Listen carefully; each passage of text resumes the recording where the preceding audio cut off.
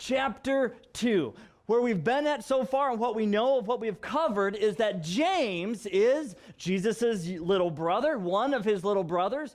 Jesus had many little brothers. He had not only James, he also had Jude. He also had a brother named Judas, which we've poked fun at a lot. Because, you know, if you're a guy that's related to Jesus and his name is Judas, you just would want to change your name. You know, you just would. And so we've had fun with that. We've looked at how James is currently the pastor of the church in Jerusalem. Peter was the pastor originally. He since retired from that position. James, Jesus' younger brother, took over the head pastorship of the church in Jerusalem, and now he's writing. And it's the first of the New Testament books to be written, and he's writing out, and he is saying, hey, churches, you guys got to get this straight. You guys got to figure this out. You guys got to get this. You got understanding right. You got the belief part right. You agree with facts, but the behavior has to match the belief. Okay, the actions have to match the academia. So he wants that balance to take place. And he's been pushing and pushing and pushing. Well, now in chapter 2, we get there. We get to the most controversial passage of the entire book of James. We get to the part of the passage of James where churches fight and they argue and they question, what does salvation mean? What's going on? Are you saved by faith or are you saved by works? And whenever somebody goes against saved by faith through salvation by grace through faith alone, which is the truth, and they go a works-based model, what they do is they go to James 2. They go to this passage to prove their point of view. So we get to cover this very detailedly in a roundabout backdoor through the alley gutter type fashion. Doesn't that sound like fun? We're not going to go through the front door on this. We're going to go through the gutters. We're going to go through the alleys, and we're going to see messed up people doing messed up things, and we're going to see them acting amazingly out of faith. And we're going to see some astonishing stories throughout this passage. But first, I want to go through the verses with us. So, James chapter 2, starting at verse 14.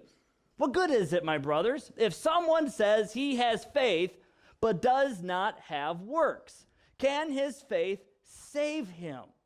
If a brother or sister is without clothes and lacks daily food, and one of you says to them, go in peace, keep warm, and eat well, but you do not give them what the body needs, what good is it? In the same way, faith, if it does not have works, is dead by itself. But someone will say, you have faith, and I have works. Well, show me your faith without works, and I will show you faith from my works. And then in verse 19, you believe that God is one. You do well. The demons also believe, and they shudder. See, this is key, that just because you know that Jesus is Savior, does not mean you are a Christian. Because Satan and the demons know that Jesus is Savior. He knows that Jesus died on the cross and he rose again.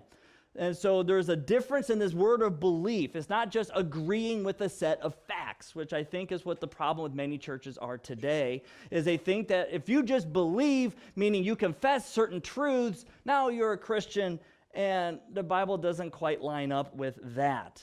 But it doesn't go to a full works-based model, but we're going to have to figure out how this balance works. This is interesting. Foolish man, are you willing to learn, in verse 20, that faith without works is indeed useless? Wasn't Abraham, our father, justified by works when he offered Isaac, his son, on the altar? You see that faith was active together with his works, and by works faith was perfected. So the scripture was fulfilled that says, Abraham believed God, and it was credited to him for righteousness, and he was called God's friend. You see that a man is justified by works and not by faith alone. That's verse 24. We're going to hammer that one out completely a little bit later. Verse 25, and in the same way, wasn't Rahab the prostitute also justified by works when she received the messengers and sent them out by a different route? For just as the body without the spirit is dead, so also faith without works is dead. So, verse 24, justified by works. Great statement, isn't it? Of course, when you look at the word justified, it actually carries with it 5 different meanings, and we have to figure out how this word is being used within this part of the passage. Okay, so here's what James is basically getting at. If you say you have faith, okay, you are just equal with the demons at the moment, unless you have works to back it up. So the works are declarative. They are the proof, the evidence that faith exists. No works, no faith. Like a tree that's dead, it's useless, or a body without life, or as I like to try to look at this and do an analogy for it, because I'm sitting down racking my brain, what's a good analogy? Faith without works is like a broken clock. It's like a broken clock, okay? Completely, utterly, totally useless. In fact, if a clock is not working, it is not a clock. It just looks like one. It is not functionally a clock. It's just a piece of wood or a piece of plastic with numbers on it that can be in any order, because really what difference does it make if it's not working? Okay, so it is completely useless. Throw it away. It is not a clock. It is just junk if it is not working. But what people tend to do is they want to justify the effectiveness of a broken clock. And so they'll say stupid phrases like, well, even a broken clock is right twice a day. Lovely. Lovely. Is that the type of clock you want? It says 3, and that's all it will ever say. And at 3 p.m. and 3 a.m., you know it's going to be right. But when is it 3? In the morning or at night? We don't know, because the clock's not working. So it's 3 all the time. See, a broken clock is just totally useless, but people will try to excuse. And that's the way Christians are. They look like a clock. They look like a clock. Some people who claim to be Christians look like a clock. They functionally, everything about them is like a clock, but they are not working. They have no works about it. They have no fruit of the Spirit. They have nothing developing in their lives. They don't have compassion toward people. They aren't trying to witness to people. They aren't sharing Jesus with people. They aren't trying to organize their lives in a godly manner. They're not trying to build better friendships and relationships. They're not doing anything for the kingdom of God. Okay, so they're just a broken clock. Oh, sure, they're right 2 times a day. We call those maybe Sunday-only Christians, the ones who show up to church, but other than that, it's just business as usual. There's no difference in their life. And outside of attending Sunday services, you'd have no idea they're a Christian at all. There's no evidence in their lives to convict them of Christianity should they ever get put on trial. Okay, so they're just there on Sundays. Or maybe they're there just on holidays. They're there Easter and Christmas, and they're those types of quote-unquote Christians. And they say, see, I attend church. Well, that's nice. Demons probably do too. That's just grand and dandy. Well, I know Jesus is God. Good for you. So do the demons. Well, I know that Jesus rose again. Well, good for you. So do demons. So far, you are not giving me any type of evidence of Christianity or a life with Christ other than you agree with a set of facts. And this is where James is coming from. If you want complete evidence, declarative evidence of your faith, that is done with works. And the word justified has 2 directions to it. Like I said, it has 5 general meanings. When you look at the New Testament type usage, it has 2 basic directions. One is being pronounced innocent. That is when we are justified through faith. Then there's justified through works, which is the proof or evidence of that pronouncement of innocence. Okay, so one is where Abraham is what we're going to look at. Abraham was declared righteous and had a relationship with God as of Genesis 15. That's where we see that beginning. Genesis 22, his actions prove his righteousness. Okay, so the actions are something that are evidence thereof. And so let's kind of figure this out and how this plays out. Let's just do this, because James spends a good amount of time talking about Abraham and Rahab, so I think we should too. I think we should take a moment and look at this. So in Genesis chapter 22 is where we find the story of Abraham and Isaac on the altar. And I just want to take a moment and go through this because, man, we can just miss this. We can just miss the importance of works and think that I can just show up at church, say a few prayers for dinner, and then just do my life, and we think that that's good enough. And God's going to be like, you aren't a follower. You're a faker. And we're going to try to figure out, how do we know the difference in our own lives? We can't point our fingers to other people's lives because we don't know. We can do fruit check, but even then we're not in someone's life 24/7. So you have to point the fingers in our own lives here on this. So Genesis chapter 22, the example of Abraham, and this is a phenomenal passage of weirdness. Okay, it really is. This is a phenomenal passage of utter, complete weirdness. This whole passage is out of character for God. Completely out of character. He never does anything like this ever again in history. Just this one time. And it's really weird. So, it starts off in Genesis 22, verse 1. After these things, God tested Abraham and said to him, Abraham, here I am, Abraham answered. Take your son, God said, your only son, Isaac. Ishmael was the firstborn through Hagar, the handmaid. They had already been sent away. That's after these things. So Isaac's all that's left. Okay, and he is the promised son. He is the son through Abraham's wife Sarah, not the mistress Hagar. Okay, so this is the promised son Isaac. So take your only left son Isaac, whom you love, go to the land of Moriah, and offer him, there as a burnt offering on one of the mountains I will tell you about. This is rough. God hates human sacrifice. God hates it, and God is asking for it. Now, we don't find out God hates human sacrifice until Moses' law. That's written later. Okay, Moses hasn't been born yet. We don't have Israel in Egypt yet. We don't have Mount Sinai and all that stuff yet. There is no Mosaic law. All we have is the Abrahamic covenant of follow me, I'll tell you where you will go to live. That's all we got. Okay, if you're reading this and it's for the first time and you're going cover to cover appropriately, this is where we're at.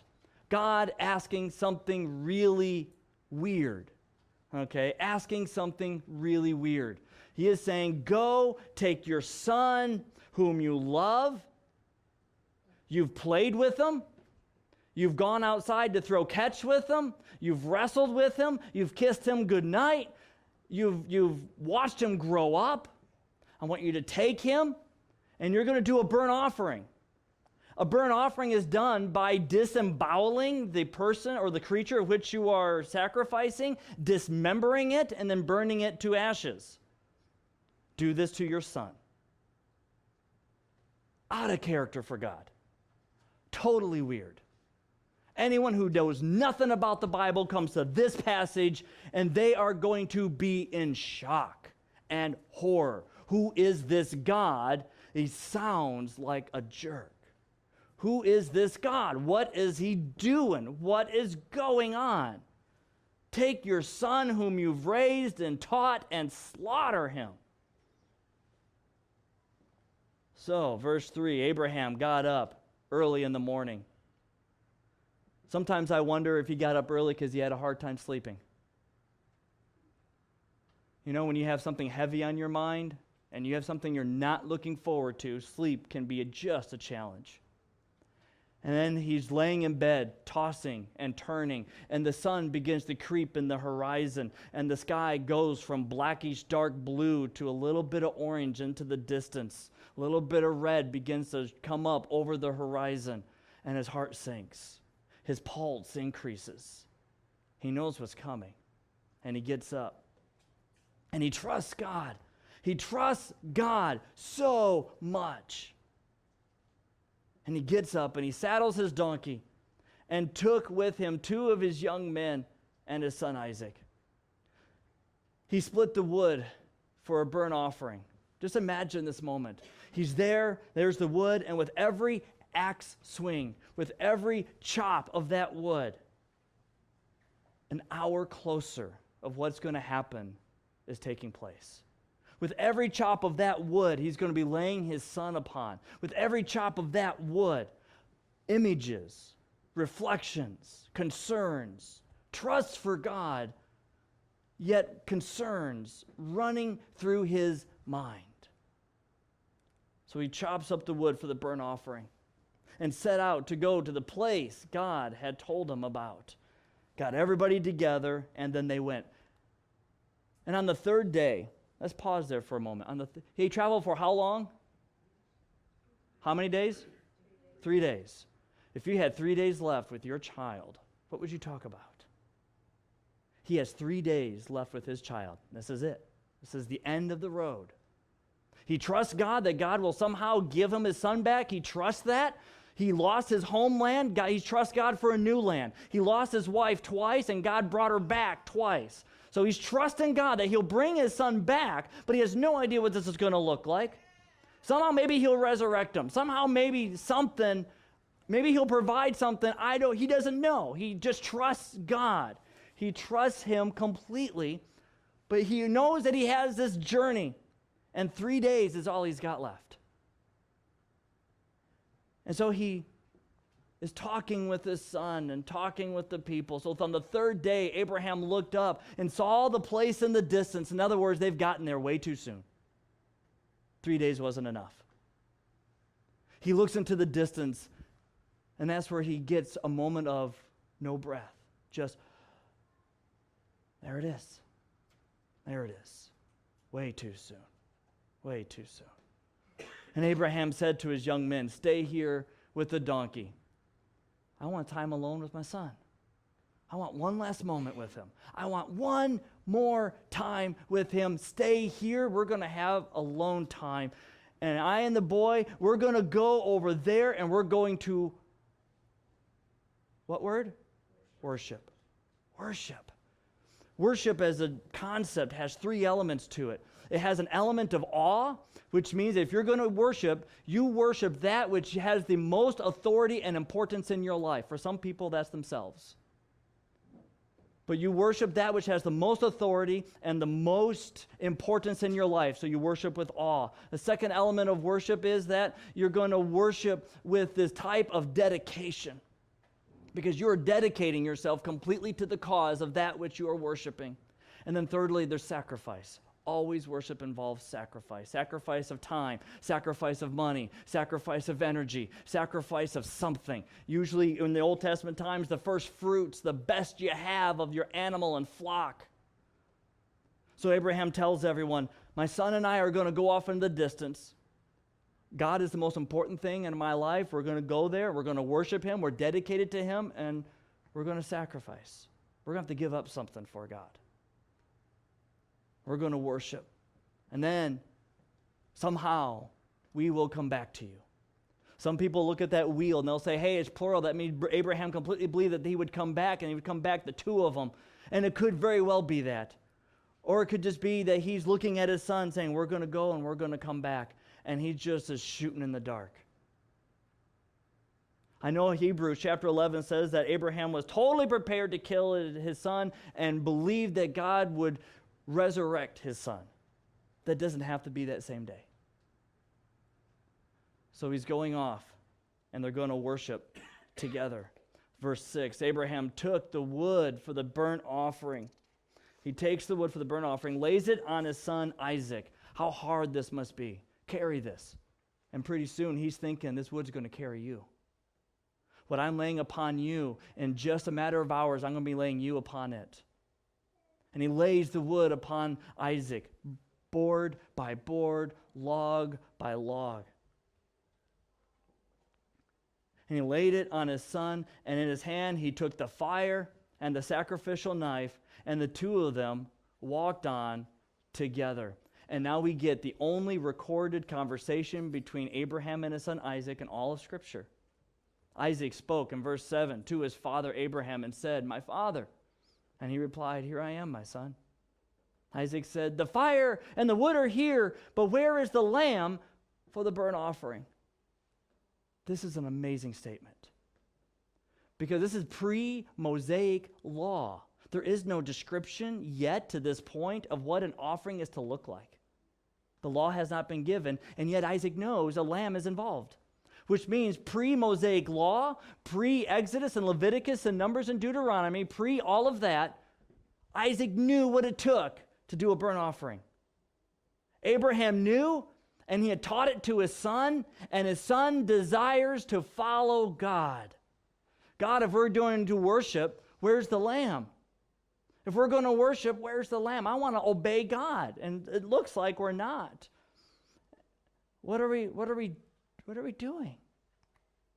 Verse 8, Abraham says, God himself will provide a lamb for the burnt offering, my son.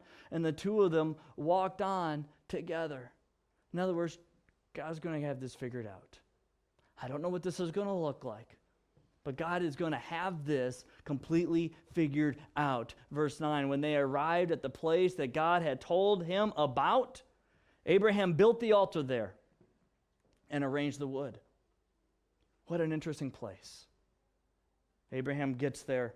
He starts putting the wood up. It's interesting because at this exact same place is where Solomon will build his temple, and the Holy of Holies will be right there. It's at this exact same place that the temple will be, that the veil will tear upon the crucifixion of Jesus Christ. It is upon this place that sacrifices will be offered for centuries. But right now, there is no temple.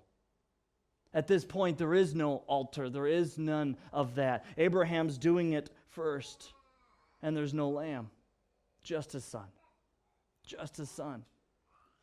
He continues on. He bound his son Isaac. This is interesting. There is no binding instructions in burnt offerings. You do not take the animal and wrap them up. That's not part of the procedure. So why bind his son? Couple possibilities that come to my mind would be, one, as he's wrapping his son, he could be giving him a hug with every wrap of the rope around his son's body. And two, it could even be that he wants his son not to squirm so that he could do this in one clean blow and not miss and not cause additional suffering. Death at first strike, not second or third. Binding his son, wrapping the ropes around him, smelling him for the last time, hugging him for the last time, wrapping the ropes around him again and again, picking him up. The faith of Isaac saying, Dad, I'm going to trust you. I'm going to trust God. You're 100 years old and I'm not, and I could overpower you, but I'm going to allow you to continue. This is a situation where the son has the same faith as the dad, and they have the same actions of commitment and trust and dedication as the dad. Father and son are in the center of God's will, together, harmoniously worshiping and sacrificing as a family together. Abraham picks him up, places him on top of the altar, on top of the wood. Then Abraham reached out and took the knife to slaughter his son.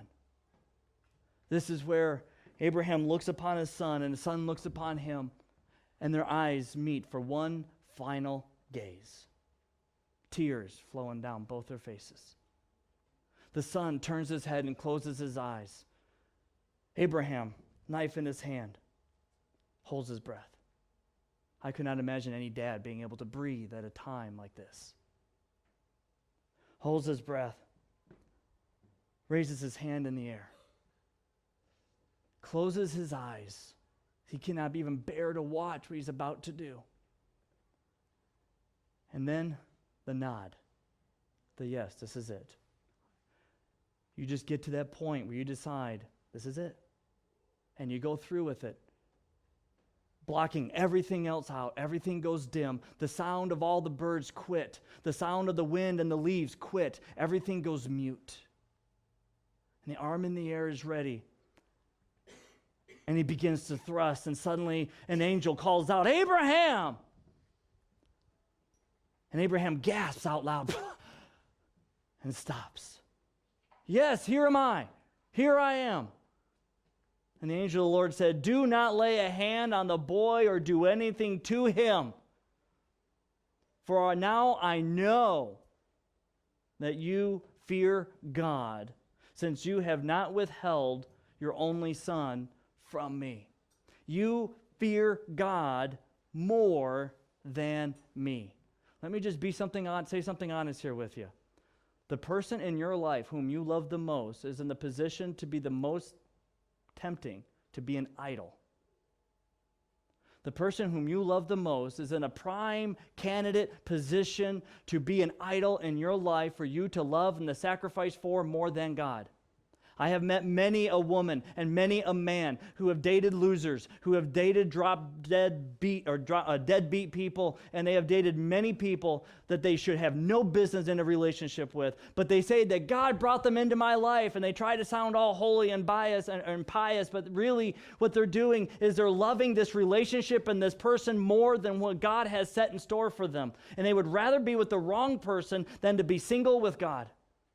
And they love this person more than God.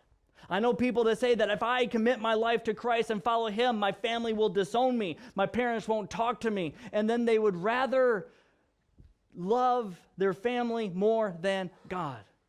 Whoever you love the most. Some people, they love their behavior and their lifestyle, and they love everything that they've done in their life more than God. And they say, I don't want to come to God because that means changing these things, and I don't want to. I like these things. I'd rather stay this way. Can't I just add God to the equation? No. To do any of that would be like to say, for Abraham to have said, son, we're staying home. We will continue to say that we love God, we trust God, and we're going to follow God. We're just not going to follow Him there, and we're staying home. And that would give evidence toward a man who really does not trust God.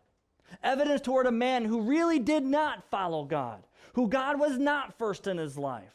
That would be evidence toward a man who was not in a relationship with God. But we have to make sacrifices. And sometimes they are dreadfully painful. Sometimes those sacrifices are not God saying, stop, now I know. Sometimes it's yes, continue, because we're not sacrificing a human. We are sacrificing a sin. We are sacrificing a priority. We are sacrificing part of a lifestyle that doesn't need to continue anymore. We are sacrificing something that needs to be cut away and dismembered, disemboweled, and put on the altar and burned to ashes. It needs to be removed from our life. The sacrifices have to be made. If we're going to say that we are devoted to God above all else, there will be actions involved. This is the story of Abraham from Genesis 22. But James doesn't stop there. James gives another example, another odd, weird example, something not quite so emotional, something not quite so heavy. It's almost like James wants to end on an upbeat note rather than this really heavy type of a note. The example of Rahab found in Joshua chapter 2. And Rahab's a very interesting story because we're going to learn about a prostitute. Okay, we're going to learn about a prostitute, and this is Rahab's life, okay? She is known, she owns her own house of ill repute. She has her own little brothel, and her nickname is Mama Bear, and she's able to hook up guys with girls named Kitties so they can go in the back room and have a time of relaxation and eat, drink, and be merry, okay? This is her, who she is. This is what her lifestyle is. We're talking about the saloon doors and the ladies hanging off the balcony, and then Mama Bear shows up, and she's like, let me hook you up. How much you got? Okay, then I'll get you, you can be with Miss Kitty over there, or you can be with Tigress over there. You don't got much money? That's fine. Salamander lady will take you in the back room. You know, whatever the case may be, she's going to hook you up. This is her lifestyle. This is who she is. She's in the city of Jericho, very godless city, very godless city, Canaanite city. People in that city, they want nothing to do with God. They want nothing to do with His grace, want nothing to do with Israel. Okay, so Rahab is this interesting lady in the middle of all of this mess. Here's what happened in Joshua chapter 2. So Joshua, who doesn't have any parents. Oh, come on. We need a good little chuckle on after our last discussion, right? Come on. So Joshua, the son of Nun, secretly sent 2 men as spies from the acacia grove, saying, go and scout the land, especially Jericho. Especially Jericho. Okay, so they left, and they came to the house of a woman, a.k.a. Rahab, a prostitute named Rahab. and they stayed there. That's an interesting choice, young men. You have to find it interesting when, it'd be like if I asked the deacons, go explore this side of the neighborhood for me. Hey, you guys spend the night? Where you at? Oh, we're at a prostitute's house. Really? Holiday Inn not good enough for you, huh? Don't like the Comfort Inn suites? I see how it is. So we plan on watching the game. Yeah, it's not the only scoring you're hoping for. I see what's going on. And so it's interesting. Of all the places they could go. But it also was a smart choice. What? Yeah, it was a smart choice. I'm not saying let's all go spend the night at a house of ill repute. I'm not saying that at all. But if you're going to stay anywhere that's going to be unnoticed, if you're going to stay anywhere in the city to spy and not draw attention to yourself, at a place where other people in the area are kind of preoccupied, that's a good place to go. Okay? The guys who are at this house are not going to notice strangers coming in. They're noticing other things at this point in time. They're there for an alternate agenda, not to look for spies, okay? So they go to a place and they kind of get my guess, my hope would be that they'd be like, how much is a room? Oh, what type of room would you like? Just a room. Well, we got the deluxe suite with dancing, just a room. No bed, just a floor. We'll sleep on the floor. No chandeliers, no swings, no nothing. Just a room, please. Okay, we don't want poles. We don't want anything like that. Just a room. Well, we have like a broom closet. We'll take it. Okay, well, we'll take it. All right, and that's how I imagine that these guys are going to be focused. That's my hope. Okay, the Bible doesn't say if they did or did not participate in the festivities of the house. We just know they went there and stayed the night. That's all we know. Okay, so they go to Rahab's house and they stay the night there. The king of Jericho was told, look, some of the Israelite men have come here tonight to investigate the land. How did he know? How did these guys know? And what, were these Israelites like from a Charlie Chaplin movie? You know, or it was like some type of maybe, I don't know, Dumb and Dumber 3. You know, they're just kind of walking in and they're knocking stuff over, going, oh, excuse me, oi. Oh, don't say oi here. You know, I mean, what? You know, was it like they're walking by and someone's like, bacon, oh, unclean. Oh, don't say unclean about bacon here. You know, who knows what was done to alert the attention. But somehow the security knew.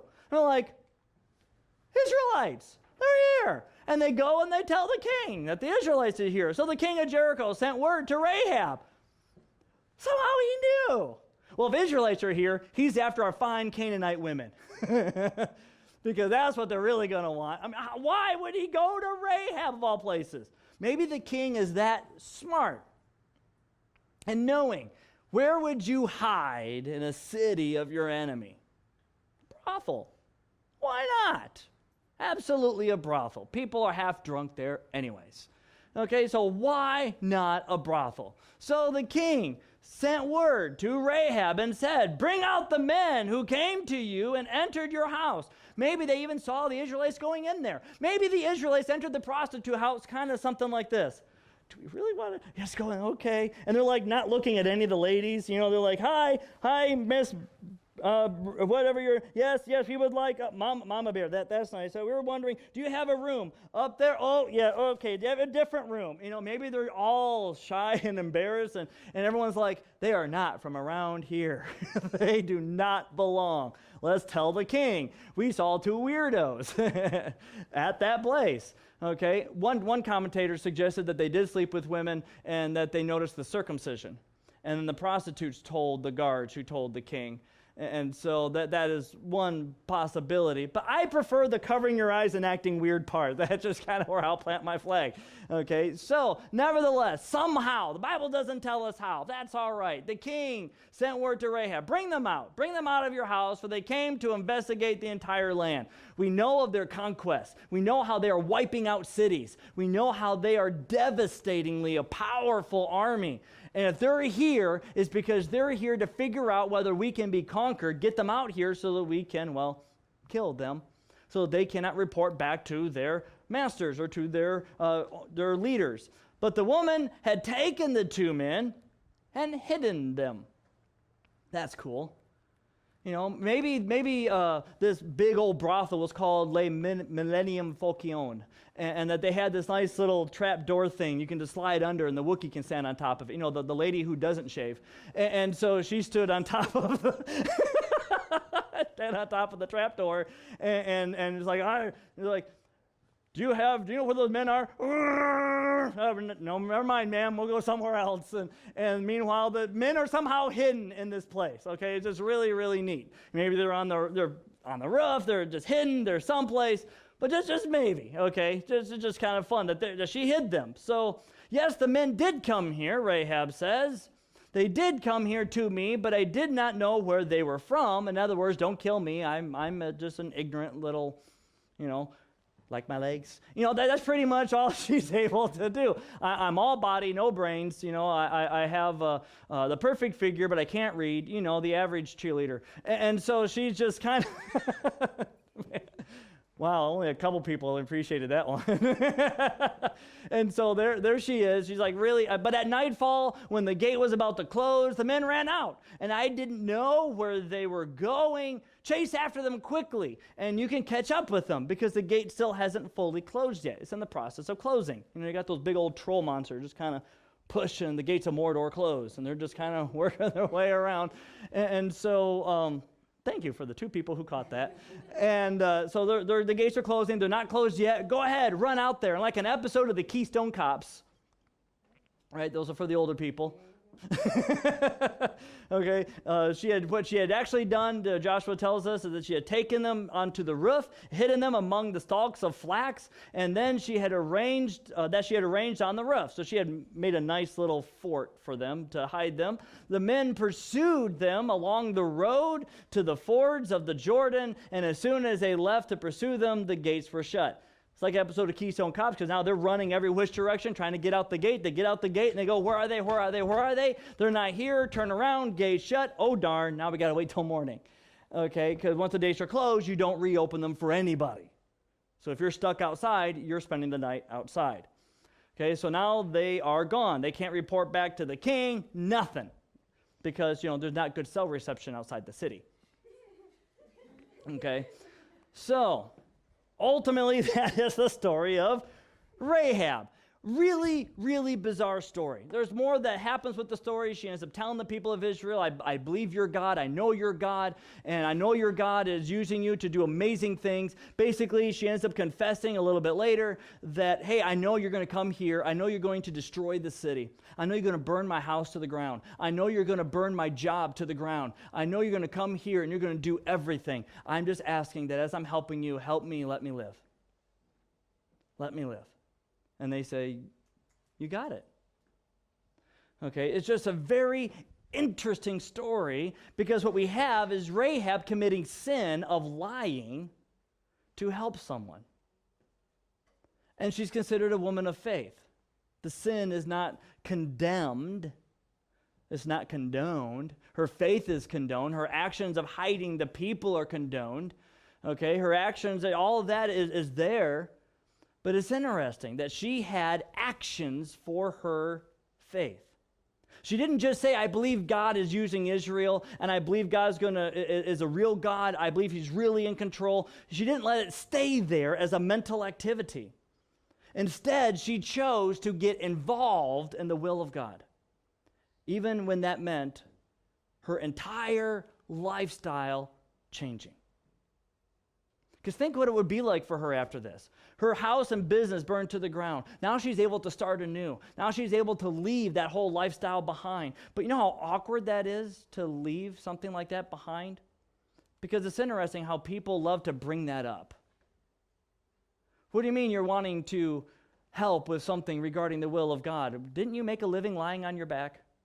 Didn't you knock boots with people in order to get yourself a meal for the night? Aren't you that woman? And repeatedly, she would probably have to say, yeah, that I have sin in my life. And I got sin that only God knows about. I got sin that God is truly is upset over, and I know that God has shown me grace. And I know that God has forgiven me. And I know that God is going to be using me forward from here. And I know that I once was in that area, but now I've changed. Now it's different. And probably the rest of her life, she's going to have that awkwardness of people constantly bringing up the past over and over again, as people love to do, especially in religious circles. You know, you used to be a stripper. You used to do what? You used to edit what? You used to be an adult film designer. You used to work where? You used to, really? This is your background, and now you're serving God? What's up with that? Really? And people just can't wrap their heads around it. But that's what God does. That's what happens to the lives of people when they really, really commit to God. Their lives change. Their lives completely change. Rahab is able to say, God rescued me out of his mercy, out of his love. I was in a dark place. I was in a pit, and God brought me out. How can I not live differently from that? How can I not be unchained? Of course I'm changed. Of course things are different. How could I not change from what God has done to me? You think Isaac ever was the same again after Abraham was able to cut the rope off of him? And he was able to sit up and climb off the altar and be replaced with a ram that was caught in the thicket back in Genesis 22. You think that they would ever be different? You think they would be different? Absolutely. Life changes after that. Always your mind goes back to that moment when God rescues you. And you go back to that moment where everything is different, and that mercy and that grace and that substitute was given to be able to say, wow, look what God has done. How could I not reciprocate? How could I not behave in a way that honors him?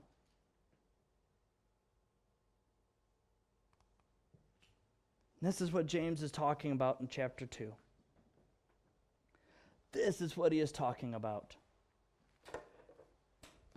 Faith is how someone is saved by God's grace. Works shows that happened. If there's no works, it never happened. If there was any confession at all, it was agreement with a set of facts. That's it. It was not a true, complete dedication to God, because the life needs to change. If someone says, I refuse to forgive people, I'd rather hold my grudge, I know what the Bible says, but I don't care, then they have not received the forgiveness from God, and they don't understand forgiveness. Because there is nothing on this earth a person can do to you worse than what you did to God. It is impossible. Impossible. And if you're unwilling to forgive someone's, no matter how brutal it was, then God is like, you have not received my forgiveness. If you cannot show someone mercy, they're in a desperate situation and they're crying out, and you say, may you be well, and you walk away thinking you're greater and better. I wish I could do something, but I just can't, knowing that you could have done anything, and you just walk away and you have no mercy in your heart whatsoever, and you've not been shown mercy. If you can't reach down a hand of compassion to someone, you've not been shown compassion. Because our love, our compassion, our mercy, our grace does not come from us. If our mercy, love, and compassion were to originate within us, then we're starting with a deficit. We're starting with sin. We're starting with a problem. It has to be originated in God the Father. It has to come from his love, his mercy, his compassion, his grace. Our love and compassion must be from him. It must be an expression of what he has shown. Can people not committed to Christ, not at all believing in God, display actions of love, mercy, and compassion? Yes, they can. Absolutely, it can happen. I am simply saying that if the Christian does not display that, there is a serious problem, because their love and compassion is an outward expression of what God has poured into their life. And if they are not displaying any of it, nothing's been poured into their life. They're trying to pour a pitcher, filling a glass with an empty pitcher. Their clock is broken, and there's no dials connecting anywhere, and it's not benefiting anyone. Another way of looking at it would be this. If your faith does not benefit anyone, it's not going to benefit you. If your faith is of no benefit to anyone else, it is not going to be a benefit for you. You will end up on your judgment day without a benefit. God will say, you disagreed with a set of facts, but you did nothing. You went nowhere. You might think that you might say, yes, I will marry you. You might say, yes, absolutely, I will marry you, but I'm not showing up to the chapel. I am not wearing the ring. I am not signing the certificate. I want a prenup, and I'm going to just not even attend. I'm going to leave you standing at the altar. But I agree that I want to get married. I agree that there's a wedding happening there. I agree that everything's happening there, but I'm not going. That's what a faith without works says. It's leaving God at the altar. It's just leaving him there. I'd rather hang on to my bitterness. I'd rather hang on to my grudges. I'd rather hang on to everything and all my darkness and my way and everything that I want for how I want it. I'd rather hang on to my comfort zone. I'd rather hang on to my puppy love crushes. I'd rather hang on to my deadbeat boyfriends and my jerk of a girlfriend. And all. I'd rather hang on to all this stuff. That I'd rather hang on to than to go down there and be married to God. Than to go down there and give my life completely to him.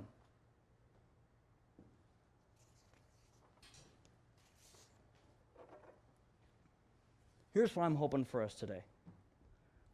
I am hoping that we can leave here today and be more like the prostitute. I'm not asking us to leave to be a prostitute. I am not. I'm asking us to be more like Rahab the prostitute. Not in her lifestyle before, but in what happened after. That we can admit that we have a life of sin and selfishness and arrogance and a life of perversions and twistedness and messed up priorities, screwed up values, horrible morals, bad choices, bad decisions, that we could just recognize this where we're at and then, like Rahab, make a change. Like Rahab, go a different route. Like Rahab, be able to say, I am willing to let it all get burned down and start anew with God. Like Abraham, take everything you hold dear and lay it on the altar. That's what I'm hoping for us today. For those that love sports, it's like taking off the jersey of your own team in your own kingdom and putting on God's jersey and running the field. Not sitting on the bleachers saying, I know everything about the field. I know all the stats of all the players, but I'm just sitting on the beat bleachers. Those are not Christians. They're just fans. They can quote the Bible left and right. They've read this many books and that many books, and they watch every History Channel junk by a documentary they can find, and on they go. And they can quote everything and anything, but they're just fans. They're not players. I'm asking you to take the jersey of God's kingdom team, put it on, and run the field. Get out there and play. Even if you're just a water boy, get on that field and play. Don't wear your jersey, wear his. Wear his jersey. Don't wear the jersey of your favorite band and your favorite whatever. Wear God's jersey. Let's have a word of prayer.